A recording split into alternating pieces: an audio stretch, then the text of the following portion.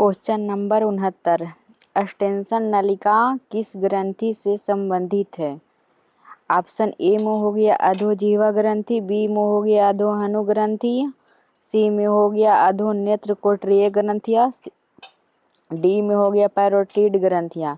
तो इसका सही आंसर क्या होगा? ऑप्शन नंबर डी, पैरोटिड ग्रंथियां। ठीक है, चलिए आगे क्वेश्चन देखते हैं। एपिग्लोटिस निर्मित होता है। ऑप्शन ए में हो गया उपास्थि द्वारा, बी में हो गया अस्थि द्वारा, सी में हो गया संयोजी ऊतक द्वारा, डी में हो गया उपरोक्त सभी द्वारा। तो इसका सही आंसर क्या होगा? ऑप्शन नंबर ए, उपास्थि द्वारा।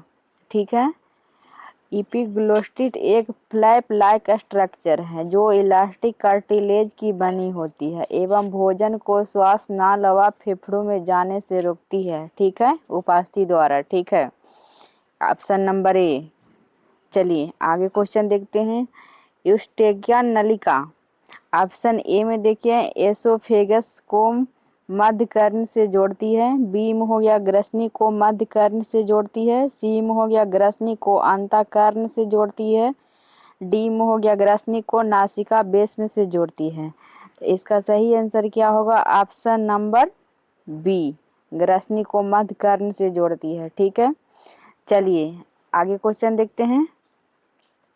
पाचक रस यानी डाइजेस्टिव जूस नहीं पाया जाता है।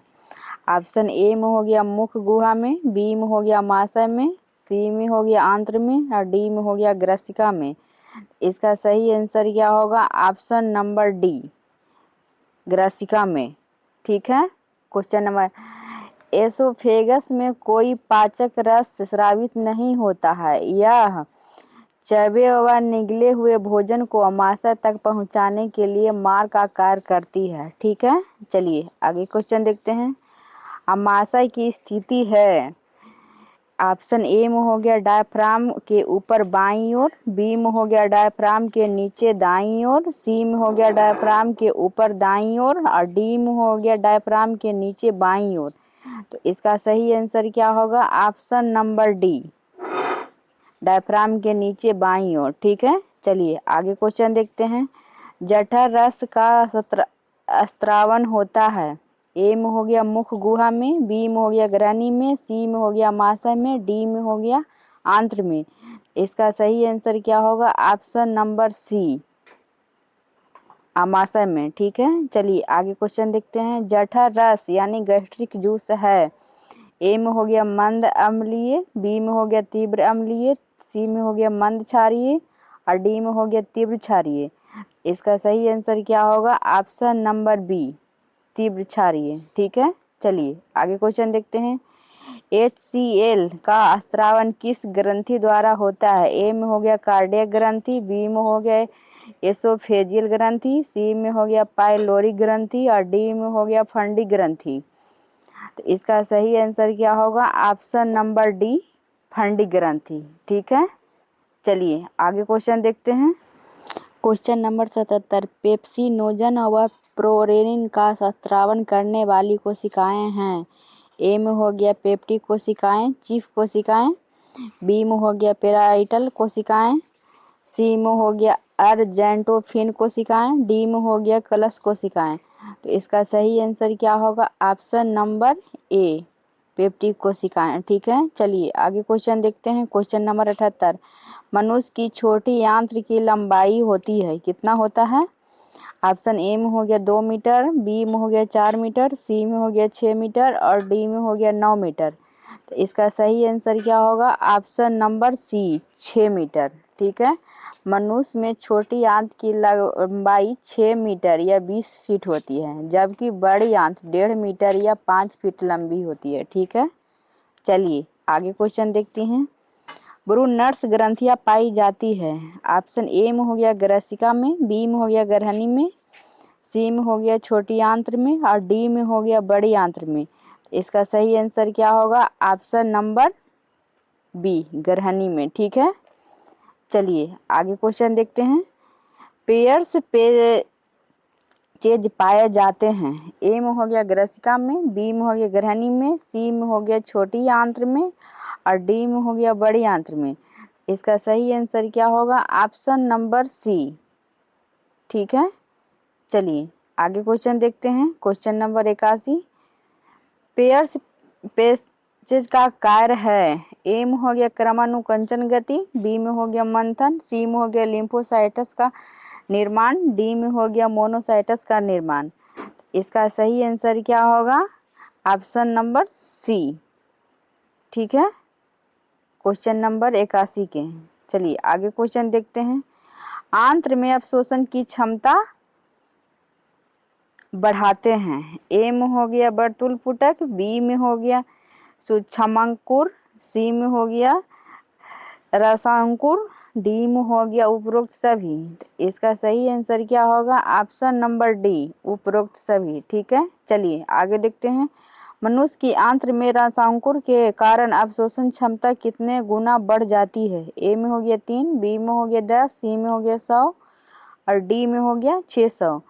इसका सही आंसर क्या होगा? Option number B, 10।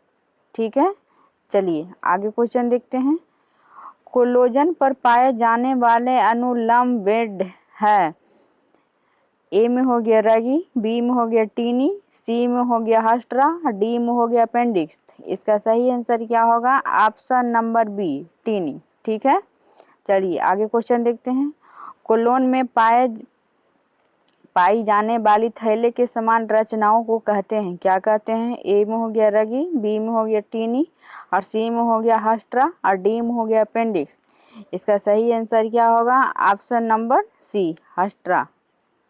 ठीक है, चलिए आगे क्वेश्चन देखते हैं।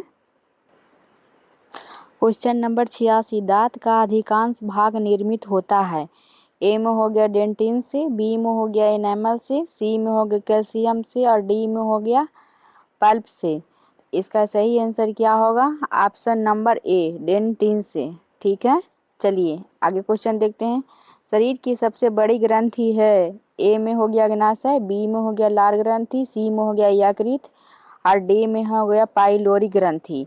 तो इसका सही आंसर क्या होगा? ऑप्शन नंबर सी, यकृत। ठीक है, चलिए आगे क्वेश्चन देखते हैं।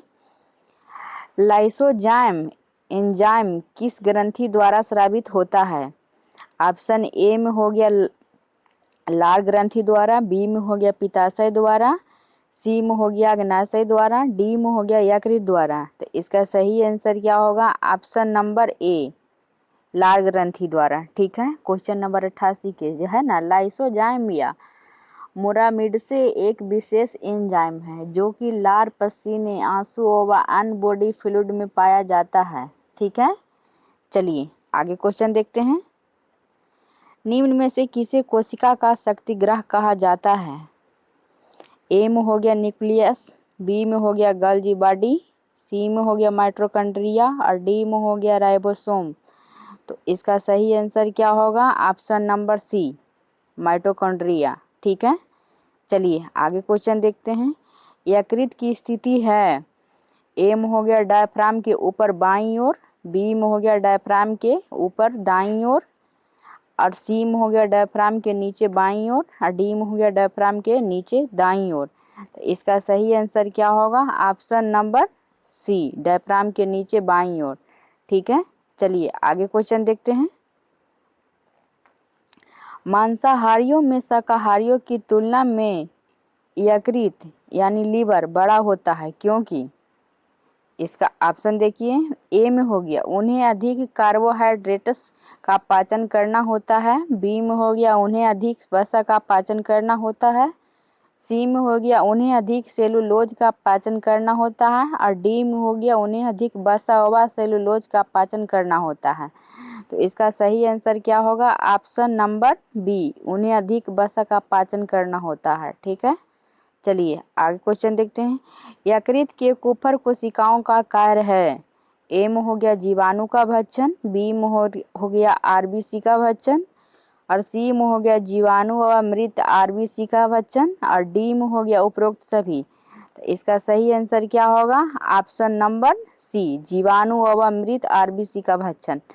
ठीक है, चलिए आगे क्वेश्चन देखते हैं। यूरिया का निर्माण होता है। ए में हो गया यकृत में, बी में हो गया वृक्क में, सी में हो गया त्वचा में और डी में हो गया यकृत एवं वृक्क में। इसका सही आंसर क्या होगा? ऑप्शन नंबर ए, यकृत में। ठीक। क्वेश्चन नंबर 94, प्रोथ्रोम्बिन व फाइब्रिनोजन का निर्माण होता है। ए में हो गया प्लाज्मा में, बी में हो गया यकृत में, सी में हो गया त्वचा में, डी में हो गया सीरम में। इसका सही आंसर क्या होगा? ऑप्शन नंबर बी, यकृत में। ठीक है, चलिए आगे क्वेश्चन देखते हैं। यकृत द्वारा स्रावित रक्त प्रतिस्पंदन है। ए में हो गया प्रोथ्रोम्बिन, बी में हो गया थ्रोम्बिन, सी में हो गया हिपेरिन, डी में हो गया उपरोक्त सभी। इसका सही आंसर क्या होगा? Option number C, heparin. ठीक है, चलिए आगे क्वेश्चन देखते हैं। पित्त की अनुपस्थिति में कौन से विटामिन का अवशोषण प्रभावित होता है?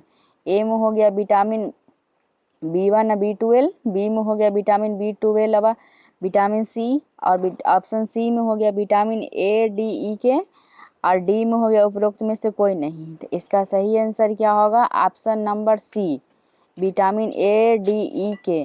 ठीक है, क्वेश्चन नंबर 96 का, पित्त वसा में अवशोषण में सहायक होता है, अतः पित्त की अनुपस्थिति में fat soluble vitamin A D E के का अवशोषण प्रभावित होगा। ठीक है, चलिए आगे क्वेश्चन देखते हैं। इंसुलिन स्रावी कोशिकाएं हैं। ए में हो गया बीटा कोशिकाएं, बी में हो गया एल्फा कोशिकाएं, सी में हो गया डेल्टा कोशिकाएं और डी में हो गया उपरोक्त सभी। तो इसका सही आंसर क्या होगा? ऑप्शन नंबर ए, बीटा कोशिकाएं। ठीक है, अग्नाशय में लैंगरहेंस द्वीप समूह के बीटा कोशिकाएं इंसुलिन स्रावित करती है। ठीक है, चलिए आगे क्वेश्चन देखते हैं। टाइलिन एंजाइम पाया जाता है। ए में हो गया लार में, बी में हो गया अग्नाशय रस में और सी में हो गया जठर रस में और डी में हो गया आंतरीय रस में। इसका सही आंसर क्या होगा? ऑप्शन नंबर ए, लार में। 98 का, टाइलिन एंजाइम लार में पाया जाता है। ठीक है, यह एंजाइम एमाइलेज का एक रूप है जो कि स्टार्च को सरल शर्करा जैसे माल्टोज व डेक्स्ट्रीन में परिवर्तित करता है। ठीक है, चलिए आगे क्वेश्चन देखते हैं। लार है, ऑप्शन ए में हो गया अम्लीय, बी में हो गया क्षारीय, सी में हो गया हल्का अम्लीय और डी में हो गया हल्का क्षारीय। इसका सही आंसर क्या होगा? ऑप्शन नंबर डी, हल्का क्षारीय। ठीक है, चलिए आगे क्वेश्चन देखते हैं। निम्न में से किस रस में पाचक एंजाइम नहीं पाए जाते हैं? ए में हो गया पीत में, बी में हो गया जठर रस में, सी में हो गया आंतरीय रस में और डी में हो गया अग्नाशय रस में। इसका सही आंसर क्या होगा? ऑप्शन नंबर ए, पित्त पानी, पित्त लवण, पित्त रंजक, बिलिरुबिन, वसा, कोलेस्ट्रॉल, वसीय अम्ल व लेसिथिन एवं अकार्बनिक लवणों का बना होता है। इसमें पाचक एंजाइम नहीं पाया जाता है। ठीक है, चलिए आगे क्वेश्चन देखते हैं। क्वेश्चन नंबर 101, एंटेरोकाइनेज एंजाइम पाया जाता है। ए में हो गया जठर रस में, बी में हो गया अग्नाशय रस में, सी में हो गया पीत में और डी में हो गया आंतरीय रस में। इसका सही आंसर क्या होगा? ऑप्शन नंबर डी, आंतरीय रस में। ठीक है, चलिए आगे क्वेश्चन देखते हैं। सुधा केंद्र पाया जाता है। ए में हो गया हाइपोथैलेमस में, बी में हो गया मेडुला में, सी में हो गया सेरिबेलम में और डी में हो गया पोन्स में। लास्ट क्वेश्चन है, इसका आंसर क्या होगा? ऑप्शन नंबर ए, हाइपोथैलेमस में। ठीक है, चलिए